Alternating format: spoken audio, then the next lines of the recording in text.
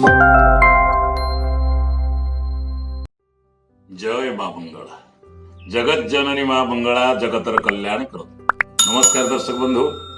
मु ज्योतिर्विद प्रमोद सतपथी जंत्र ज्योतिष कार्यक्रम को आपण मानकु स्वागत जनाऊँ। दर्शक बंधु, पूर्वर आमे अनेक वास्तु संबंधी ज्ञान आपण को देइचु। अनेक वास्तुशिल्पी अनेक प्रकार मत थाई पारे, सेथिपाई मु मना करूनी, किंतु शास्त्रीय द्वारा बा निजर अनुभूति 40 वर्ष दीर्घ 40 वर्ष धरी परीक्षा निरीक्षा कला परे जति अनुभव आसी शास्त्र रे जहा अछि एवं जो माने घर करिकिरी कौन असुविधार सम्मुखीन होउचंती, को प्रकार घर वृद्धि करिचंती बा को प्रकार घर निर्माण करिचंती, को समय रे घर निर्माण करिचंती, एई सब को नेई आमे समीक्षा कला परे अनुभव होउची जे प्रकृत रे यही द्वार मानक जोगु अनेक कष्ट भोग करबा को पड़ुची। वास्तुशास्त्र अनुଯାयी गृह निर्माण करिथिले मध्य द्वार जेहेतु ठीक भाबरे नाही, सेथिपाई असुविधार सम्मुखीन होउचंती। तेबे आज आलोचना करिबा अग्नि कोण रे द्वार थिबा बासगृह बा अग्नि कोण रे सड़क थिले बाध्य होई लोक अग्नि कोण रे मध्य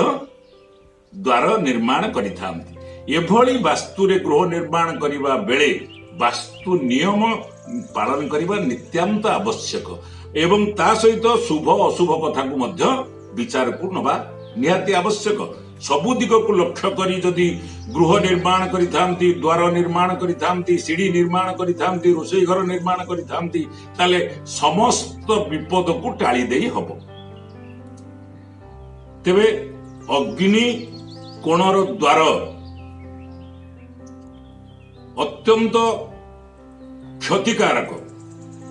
किंतु ता मध्यरे मध्य जे जागा किनिचंती बहुमूल्यर जागा अग्निकोण रे मध्य द्वार करिबा पाई निर्देश अछि एवं अग्निकोणर को भागरे द्वार करिवे से विषय रे आलोचना करिबा दरकार। एवं केते गुड़िए अशुभ सूचना अछि, जदि द्वार भूल जगार करिथांती, बेधरे करिथांती, से विषय रे जानिबा निहाती आवश्यक। वास्तु ज्योतिष उपचार कले भूल त्रुटि को सुधारी पारिबा एवं कौन कले वास्तु दोष सृष्टि हेई थाए आसंतु जानिबा। जदि द्वार सामनारे त्रिछकी रास्ता, बड़ बड़ गछ, कूଅ पोखरी, उच्चा खुंब,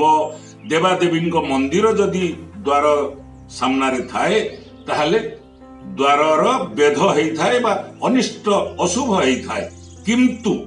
घरर उच्चता जेते फुट थिबो सेतिकी फुट दूरतारे उक्त पदार्थ सबु जदि रही थाए द्वार सामनारे ताहले बेध दोष लागे नहीं बा किछि असुविधा हुए नहीं। तेबे तारी भितरे घरर उच्चता जेतिकी हबो सेई उच्चता मापरे जदि पाखापाखी ए सब जिनिस थाए किबा त्रिछकी रास्ता, चारि छकी रास्ता जदि गृहस्वामी को उन्नति रे बाधा सृष्टि करे, जदि बड़ बड़ गछ थाए ताले संतान कष्ट मध्य भोग करने को पड़े एवं द्वार पाखे जदि नर्दमा आवर्जना रहिले रोग शोक कूଅ सामना रे जदि द्वार रहुची ताले अचिन्ना रोग हुए। देवता मूर्ति बा मंदिर जदि द्वार सामना रे रहुची ऋण शत्रुंक द्वारा पीड़ा भोग करने को पड़ी थाए। खुंब जदि उच्चा उच्चा खुंब, इलेक्ट्रिक खुंब आदि रही थाए, मानसिक दुश्चिंता मध्य से घर लगी रही थाए। जदि शिक्षा केंद्र किंबा दुकान आदि सामना रे घर सामना रे रहु थाए ताले वाद विवाद माली मकदमा मध्य लगी रहिबो। अग्नि कोण रे द्वार करिबा पूर्वरु दक्षिण एवं पूर्व दिग को, दक्षिण रु पूर्व दिग बा पूर्व दिगरु दक्षिण दिग को माप करिवे। प्रथमे ताकू 8 भाग कला परे जदि प्रथम भागरे द्वार करुचंती ताले साधारण सुख मिलिबो। पूर्वरु प्रथम भागरे जदि द्वितीय भागरे द्वार करुचंती ताले कष्ट भोगिबाकू पड़िबो एवं तृतीय भागरे जदि द्वार करुचंती चोर भय से घरे देखा दबो चतुर्थ भागरे जदि द्वार करुचंती वायु भय देखा दबो पंचम भागरे जदि घर करुचंती ताले मध्यम शुभ मिलिबो षष्ठ भागरे घर कले षष्ठ भागरे द्वार कले मध्यम फल मध्य मिलिबो माने लाभ क्षति समान समान हेई चलिबो तेबे सप्तम भागरे जदि घर करुचंती से मध्य सेई लाभ क्षति समान समान रे रहिबो जदि अष्टम भागरे घर करुचंती अष्टम भागरे द्वार करुचंती ताले मध्य से लाभ क्षति समान रे लाभ हबो नाही कि क्षति हबो नाही तेबे शास्त्र रे अछि दक्षिण दरजा रजा उत्तर ताहार प्रजा पूर्वे पाइबो मजा पश्चिमे भोगिबो सजा अग्निकोण रे पूर्व एवं दक्षिण र कोण होउची अग्निकोण यही अग्निकोण रे जदि द्वार करि थांती ताले साधारण शुभ मिली थाए अन्य भाग्य मानकरे जदि द्वार करि थांती ताले धन हानि एवं गृह रे शांति नष्ट होई थाए बारंबार घरु चोरी हो जाई थाए दुख सुख रे दिन काटिबा को पड़ी थाए एवं घर मध्य अनेक समय रे बिक्री हो जाउची उजुड़ी जाउची अन्यर संपत्ति मध्य से हो जाउची अनेक प्रकार बाधा विपत्ति आसी से घरे पहुंचुची तेबे अग्निकोण रे गृह कले शुभ कारक तथ्य कौन आसंतु जानिबा अग्निकोण वायव एवं ऐशान्य ठारू उच्च एवं नैऋत ठारू नीच हवा दरकार निर्माण बेले एथि प्रति संपूर्ण दृष्टि देवे अग्निकोण पूरा बंद करिले विकास बंद हो जाई थाए दुर्घटनार संभावना देखा जाई थाए अग्निकोण रे अग्नि संबंधी समस्त कार्य कले सुख और स्वास्थ्य प्राप्ति होई थाए उत्तर पश्चिम आड़ को सेप्टिक टांकी को तैयारी करबा उचित एवं जदि आपण सीढ़ी करुचंती गाधुआ घर करुचंती पाइखाना आदि करुचंती ताले अग्निकोण रे जल संपर्कित निर्माण किंबा सीढ़ी गाधुआ घर पाइखाना बेसिन आदि रखिबे नाही एभली कले घरे कलह जीवन साथी ओ संतानंकर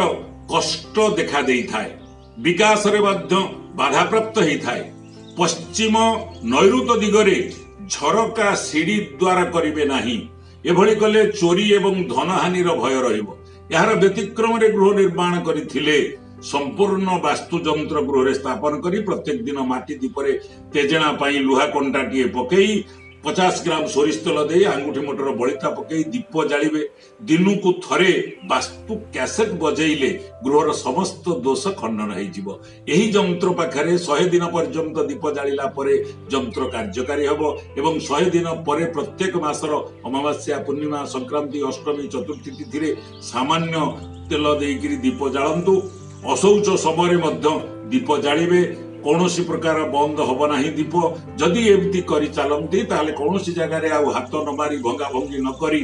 जेमती अछि सेमती रहिथिबो कौनसी विपद पाख मारिबो नाही। दर्शक बंधु हमर वीडियो टे जदि आपनको भलो लागिछि ताले लाइक करंतु शेयर करंतु। हां दर्शक बंधु हमर चैनल को जदि आपण सब्सक्राइब करि ना हमती